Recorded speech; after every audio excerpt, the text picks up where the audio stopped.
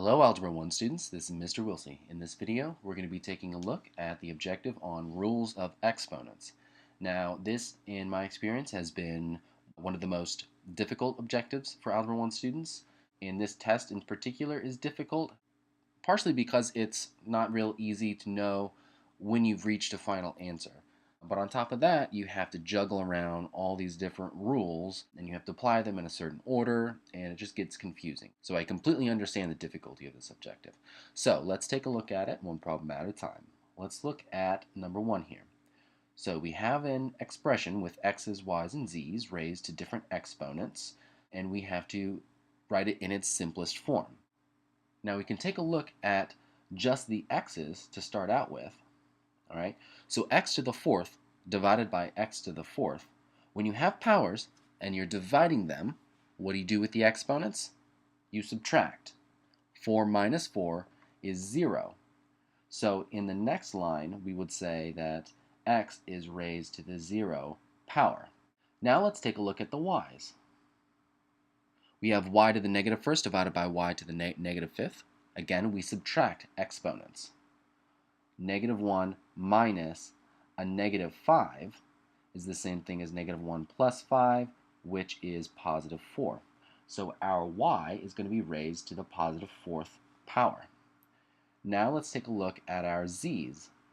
We have z to the 8 divided by z to the invisible first power. 8 minus 1 gives 7. So z is raised to the 7th power. All right, we're still not quite done yet because we have x to the 0 power, which can be written even simpler as just 1. It's the same thing as 1 right there. Invisible 1 multiplying everything just disappears, so our final simplified expression is y to the 4th times z to the 7th. All right, let's take a look at number 2. In this problem, we have 3 sets of parentheses, and what's inside is being multiplied with each other. Now, another way to write this is to simply drop the parentheses because they're not doing anything right now. So this expression is really 2 times p to the 5th times 3 times t to the 4th times p to the negative 2nd. Right? All of this is being multiplied, which means we can use the commutative property of multiplication and rearrange the order. So I'm going to write the 2 times 3 next to each other, and then I'm going to write the p's next to each other, p to the 5th times p to the negative 2nd, and then finally the t. Now once we have that, we can immediately see 2 times 3, well that's just 6. Now the p's, when we're multiplying powers, what do we do with the exponents? We add them. 5 plus a negative 2 is positive 3. So p is raised to the 3rd power. And then finally the t stays the same. And this is as far as we can go. This is completely simplified. We can't add 3 plus 4 to get 7 because the p and the t are different powers. We cannot combine them. So that's it right there.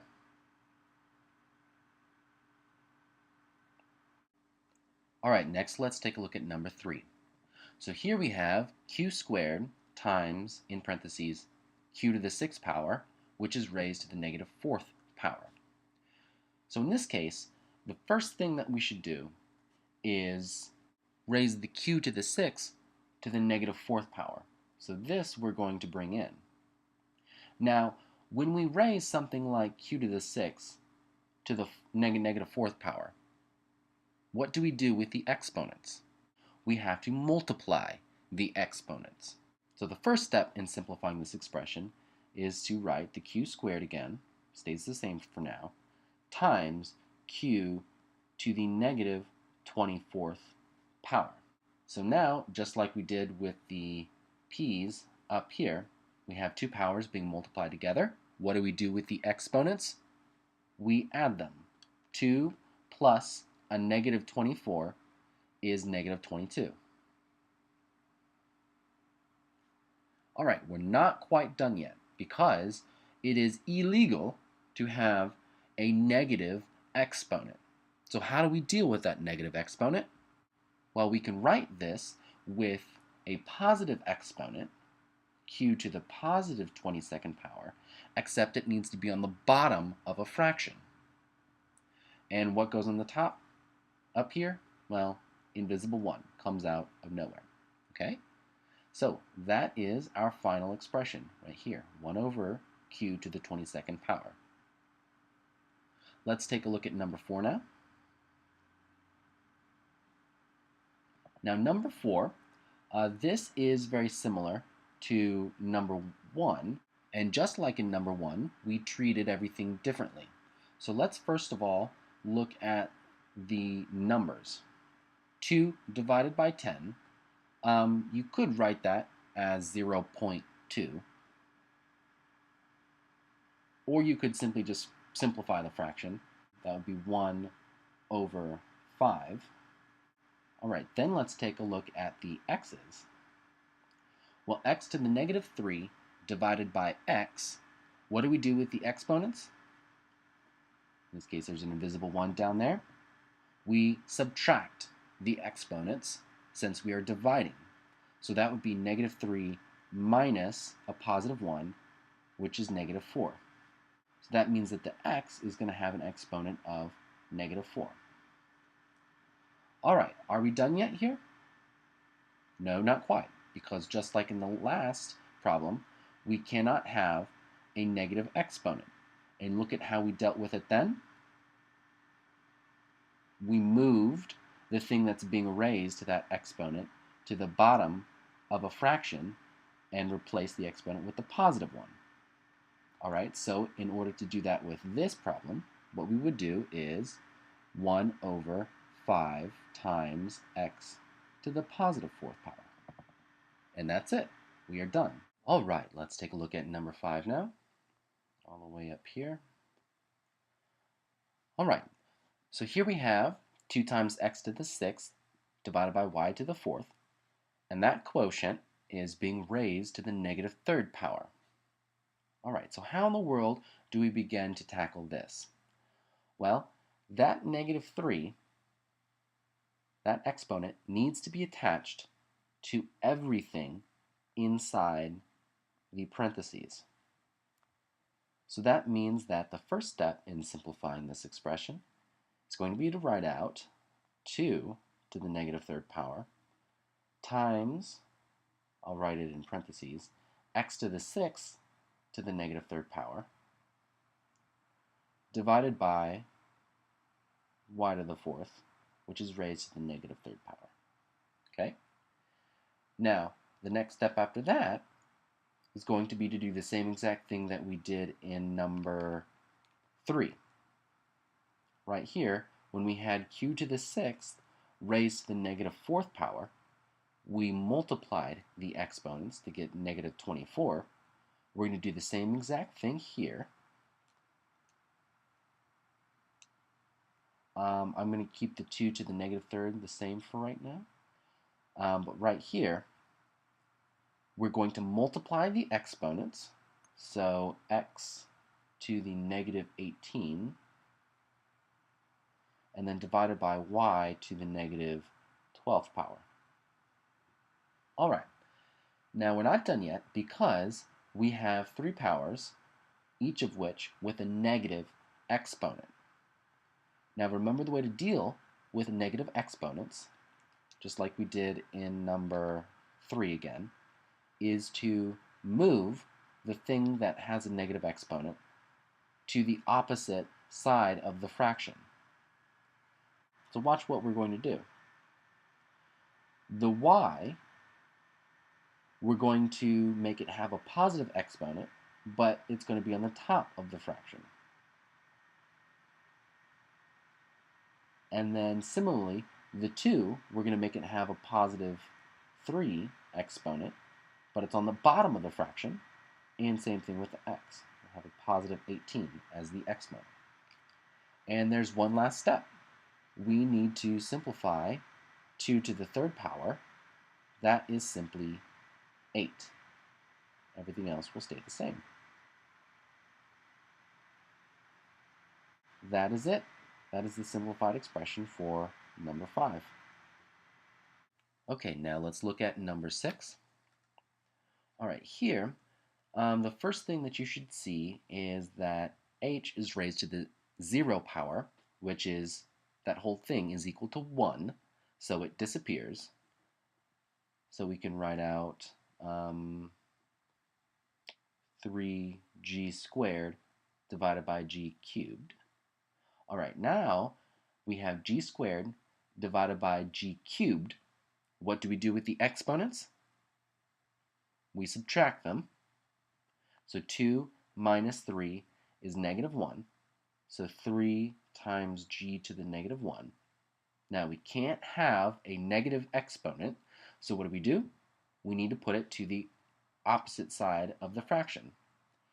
We don't currently have a fraction, but we can easily create one simply by writing 3 divided by g. Now, something that I've noticed a lot of students do is they might write, for example, 1 over 3g. And they would have made similar mistakes basically all over the place. Like down here on number 4, for example, or anywhere. But I think now is a good time to talk about this. The negative exponent is only attached to the g in this case. So only the g will get moved downstairs on the fraction. The 3 has no party to the negative exponent. So the 3 stays where it is, which is basically on the top of the fraction here. Okay, let's move on to what is probably the most difficult one in this whole problem set, number 7 here. Okay, so the first thing that you should notice that we can do is bring this 3 in. Attach it to the negative 3 and attach it to the q to the negative first power. All right, so we're just bringing the exponent into the parentheses. So that means that our next line will be negative 3 in parentheses raised to the third power times q to the negative first power raised to the third power times q squared. Now from here, we can simplify this. You can just use the calculator if you want to, or you can just do it longhand. Negative 3 times negative 3 times negative 3. That's the same thing. That's what we have here. This will be a positive 9. And then if we multiply that by a negative 3, the result will be a negative 27. Okay, that's one way to reason through it. So negative 27 times, what do we do with the exponents right here? We multiply them. Negative 1 times 3 is negative 3. So q to the negative 3 times the q squared. All right, now what do we do with the exponents right here? We add them. Negative 3 plus 2 is negative 1. So negative 27 times q to the negative first power. Okay, now what do we do with the negative exponent here? Well, just like we did in the previous problem right here, we brought the g to the bottom of the fraction and made the exponent positive, made it be a positive invisible 1.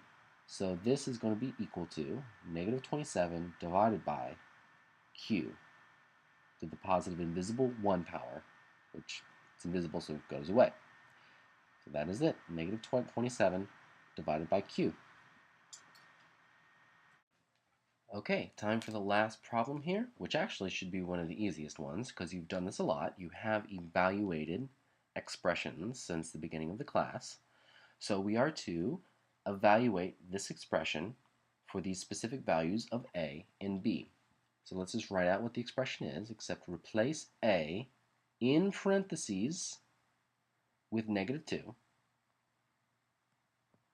and then multiply that by b, which is 4, and then it's raised to the second power. Now, really, this problem tests to see if you've remembered to always put negative numbers inside of parentheses when you are raising them to an exponent.